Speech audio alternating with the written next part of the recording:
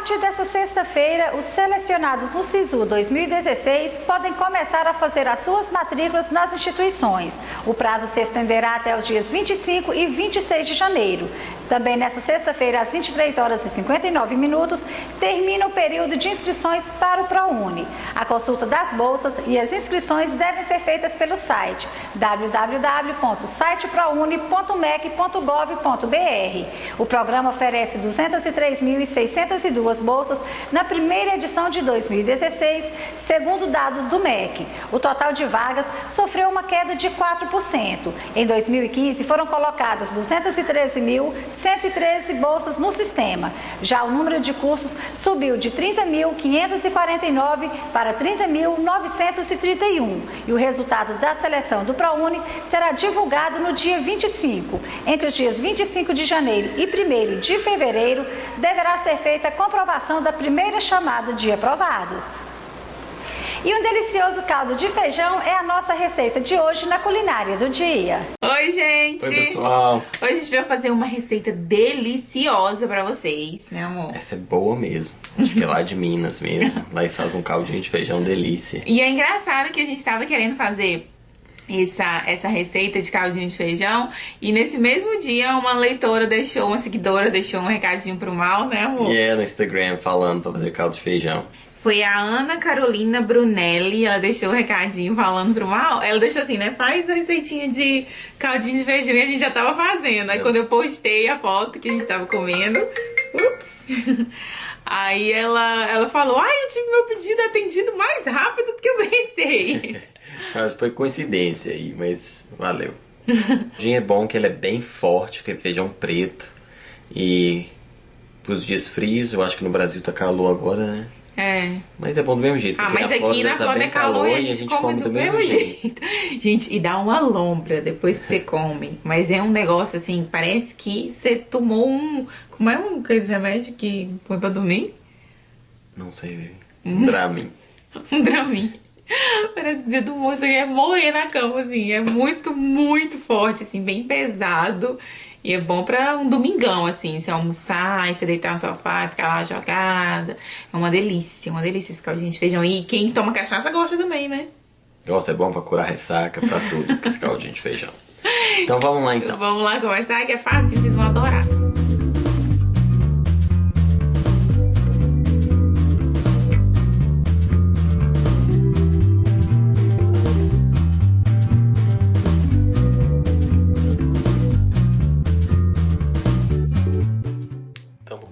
Picando o bacon em pedaços pequenos, fininhos.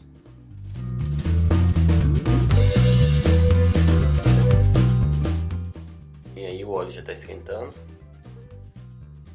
Aí eu vou fritar a linguiça.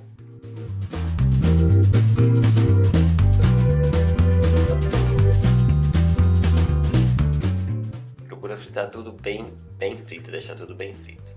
Depois que está frito, eu vou cortar os ingredientes em pedaços pequenos.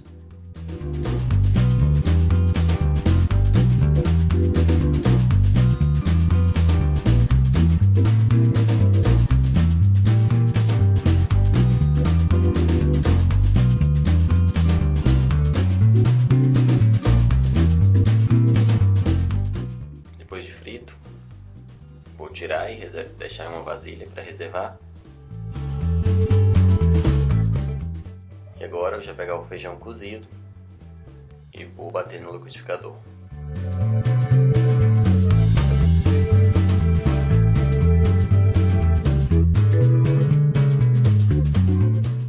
Depois vou colocar mais ou menos 2 colheres de sopa de óleo a 30 minutos. Eu não coloco o bacon todo, deixo um pouco do bacon para depois. Você tampa e deixa cozinhar por volta de 15 a 30 minutos.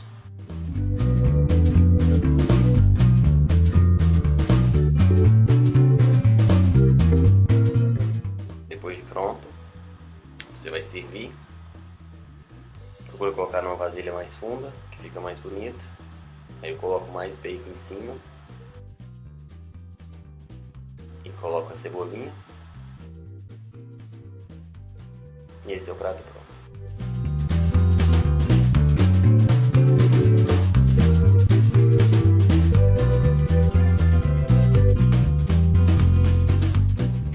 Então foi isso, espero que vocês tenham gostado. Demora um pouquinho pra fazer, porque até que o feijão cozinha e tudo. Pode colocar pra cozinhar na panela de pressão, tipo o feijão todo. Eu não uso panela de pressão porque eu não gosto, então eu cozinho na panela elétrica. Então a gente deixa cozinhando ele todo ali sem temperar. Aí depois a gente pega e tempera só o que a gente quer. Outra coisa, cuidado com o sal, porque a linguiça já tem sal, já é temperada. A calabresa também.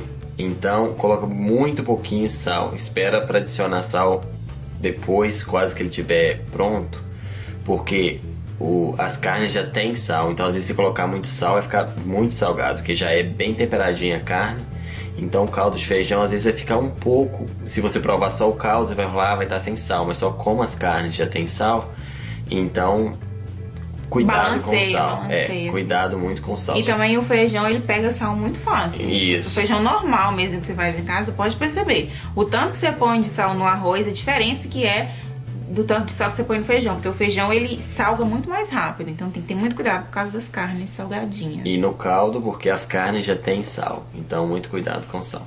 Então é isso, meninas. A gente espera que vocês tenham gostado. Se quiser acompanhar, segue a gente no Instagram. Se você fizer a receita, não esquece de colocar a hashtag Receita do Mau pra gente clicar em gostei pra você participar do sorteio de Natal que a gente tá querendo fazer. E espero que vocês tenham gostado. Um beijo e até o próximo vídeo. Tchau.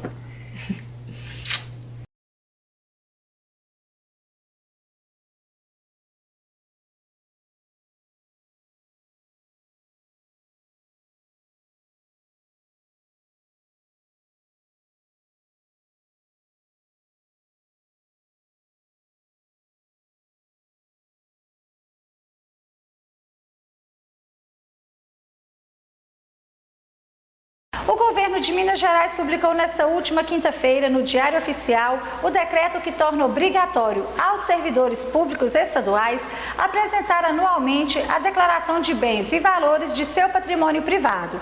A medida, que envolve todos os agentes públicos da administração pública do Executivo Estadual, complementa as já exigidas entregas de declaração no ato da posse e também quando o servidor for deixar o cargo, emprego ou função. O decreto veio ocupar uma lacuna no cumprimento da Lei de Improbidade Administrativa pelo Estado de Minas Gerais. Até então, a administração exigia a entrega da declaração de bens e valores no ato da nomeação e no desligamento, mas não cumpria a lei quanto à obrigatoriedade da atualização anual, requisito fundamental para se fazer uma análise da evolução patrimonial do agente. A probidade é uma condição exigida pela lei e, com certeza, esperada pela sociedade, afirmou o controlador-geral do Estado em exercício, Dani Seco. Em princípio, comenta Seco a obrigatoriedade da declaração pelo sistema eletrônico, que será para servidores que ocupam áreas relacionadas à gestão orçamentária, financeira e à fiscalização. Os demais servidores, que são efetivos e comissionados, terão a opção de entregar a declaração em papel. O larvicida biológico, que usa uma bactéria para matar as larvas do mosquito Aedes aegypti, transmissor da dengue, do chikungunya e do zika vírus, já está sendo usado no Distrito Federal desde essa última quinta-feira, mas já está pronto para utilização em larga escala há quase 10 anos. A fórmula criada no Brasil foi registrada na Anvisa em 2006, mas nunca foi usada de forma sistemática no país. O produto tem como princípio ativo o Bacillus thuringiensis israelense, o BTI, que é uma bactéria inofensiva para humanos e animais domésticos, mas letal para o mosquito. Quando a larva do Aedes come essa bactéria na água limpa e parada, recebe 4 toxinas que causam paralisia generalizada e matam o vetor. A versão brasileira, criada pela Empresa Brasileira de Pesquisa e Agropecuária, a Embrapa, em parceria com a empresa nacional, traz um bacilo em uma solução líquida. Ela é vendida pelo nome comercial BT Horus e custa cerca de R$ 60 por litro. Previsão do tempo. Neste fim de semana em Minas Gerais, o tempo deve ficar encoberto com chuvas a qualquer hora no norte, noroeste e nos vales do Jequitinhonha, Mucuri e Rio Doce. Nas demais regiões do estado, o tempo deve ficar parcialmente nublado a nublado, com chuvas isoladas. Em Vazante, a previsão é de sol com muitas nuvens durante o dia e com períodos nublado, com chuva a qualquer hora, onde a temperatura mínima é de 20 e a máxima prevista de 29 graus. A segunda etapa de vacinação do rebanho mineiro contra a febre aftosa Afetosa, realizada em novembro de 2015, registrou um percentual de 97,42% de imunização de bovinos e bubalinos com idade de 1 dia a 24 meses. Foram imunizados 9.167.626 animais, de um total de 9.410.657. O município de Vazante superou a meta de 95%, estabelecida pelo Ministério da Agricultura para a segunda etapa da vacinação contra a febre aftosa. Das 38.853 cabeças de gado vacináveis, o município imunizou 38.200, o que corresponde a 99,60% dos animais. Os dados foram fornecidos pelo escritório local do Instituto Mineiro de Agropecuária, ESEC de Vazante, no IMA, nessa última quinta-feira, dia 21 de janeiro. Ele responde também pelos municípios de Ilagamar e Guarda-Mor. Ainda de acordo com os dados, o município de Ilagamar alcançou 99,31%, imunizando 28.528 bovinos dos 28.727 vacináveis.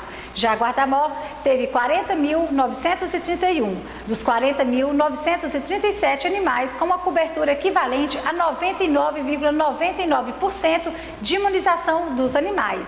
Segundo Emerson de Souza Boaventura, chefe do escritório, atualmente são registradas em Vazante 90.141 cabeças de gado, 75.794 em Ilagamar e 118.529 em Guarda-Mor. A vacinação desses animais contra a febre aftosa é obrigatória e acontece 2 vezes por ano. Em maio são vacinados todos os animais, independente de idade, e em novembro, aqueles com idade de 1 dia a 24 meses. E na nossa dica do dia de hoje, ensinaremos uma dica muito simples e prática para remover a temida mancha do mofo das roupas. Vejam como é fácil. Sabe o que é isso aqui? É vinagre, né? Já tá gravando? Então continua, vamos embora para nossa dica de hoje. Oi, povinho! Chegando aqui para mais uma dica do nosso diário da diarista. Como o inverno tá chegando, olha o que eu trouxe pra ti hoje.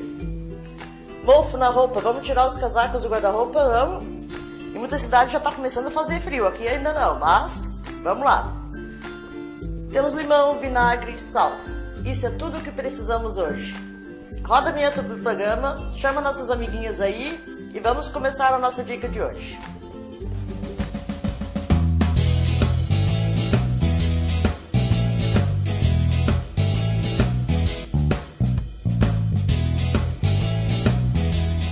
Bom, temos limão, temos vinagre e temos sal. Isso é tudo que nós vamos usar para a nossa dica de hoje. Vamos ao preparadinho? Corte o limão. Vamos misturar ele aqui só para a gente fazer uma base para você saber o que fazer, tá? Não precisa ter quantidade. A quantidade é você que vai saber o tanto de mofo que tem na sua roupa, ó. Espremi um limão, vou botar uma colher de sal, só uma jabá, só pra gente fazer um testezinho pra ti. Vinagre é 2 colheres, mas eu coloco um pouquinho aqui, ó. Também não meço, mas é mais ou menos 2 colheres que vai. Feito isso, você dá uma mexidinha aqui, ó. Isso aqui, quando estiver prontinho, você vai fazer o quê? Vamos aplicar sobre a nossa roupa mofada, que nós vamos tirar o mofo dela. O que é o mofo? Mofo é caruncha, aquelas impregnações que dá, que fica dentro do guarda-roupa durante todo o verão, né, guardada. Então é isso que nós vamos tirar hoje, tá? Porque quando você pega e lava a roupa, o que acontece? Você não mata o fungo. Aí quando seca, passa o ferro, bota no guarda-roupa, no outro dia tá lá de novo. Isso aqui não vai mais voltar, te garanto. Vamos lá fazer nossa dica?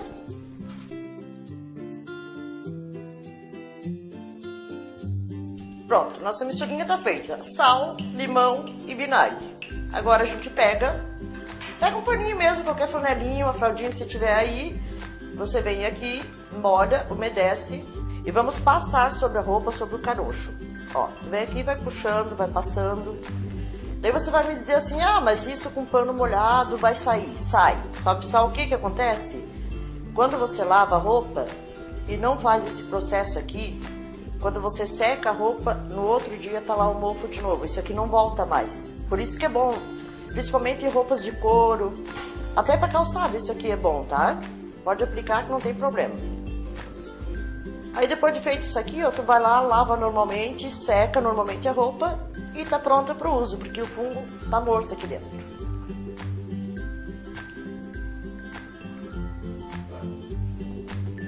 Ó, tu vai esfregando, vai passando em toda a peça, até onde tem mofo tu vai passando. Depois vai lá, lava normalmente, joga na máquina e tá pronta a sua calça. Olha aqui, só, como fica limpinha, tá? Essa é a nossa dica de hoje, espero ter ajudado você pro inverno que tá chegando aí. Fica ligado, vai ter uma surpresinha aí durante a semana, vai ter no Facebook, vai ter na nossa página. Continue mandando teu e-mail, curtindo.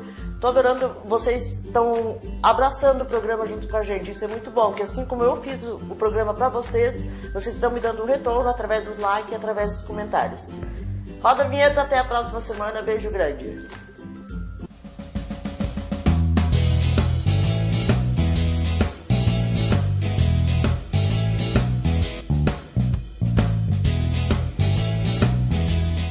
Notícias e campanhas sobre a epidemia de dengue servem de alerta para a população de todo o país. Para evitar que a doença se espalhe, é preciso tomar alguns cuidados. O mosquito Aedes aegypti tem o hábito domiciliar, ou seja, vive onde existem pessoas. Portanto, é preciso ficar de olho na própria casa e na casa do vizinho. O foco da dengue pode aparecer em qualquer lugar que contenha acúmulo de água ou lixo acumulado.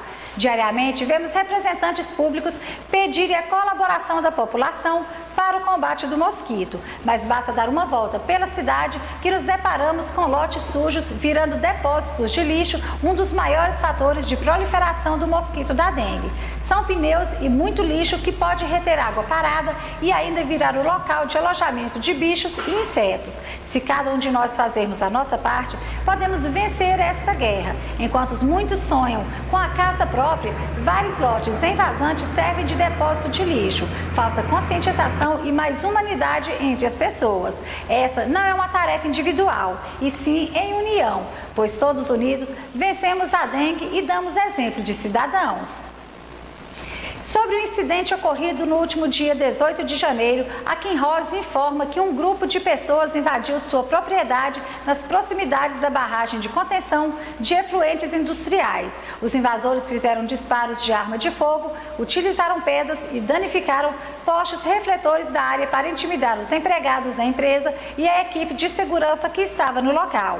Em função da ameaça, a polícia militar foi acionada e um dos invasores foi preso em flagrante delito. A Kim Rose lamenta o crescente índice de criminalidade e reitera que está contribuindo com as autoridades no processo de investigação das ações criminosas. Nos últimos meses, uma série de invasões, furtos e roubos à mão armada tem aumentado a preocupação da empresa com o tema da segurança pública. A empresa continua investindo em ações de melhoria e trabalhando com as autoridades de segurança pública para reforçar a segurança dos seus empregados e das suas instalações.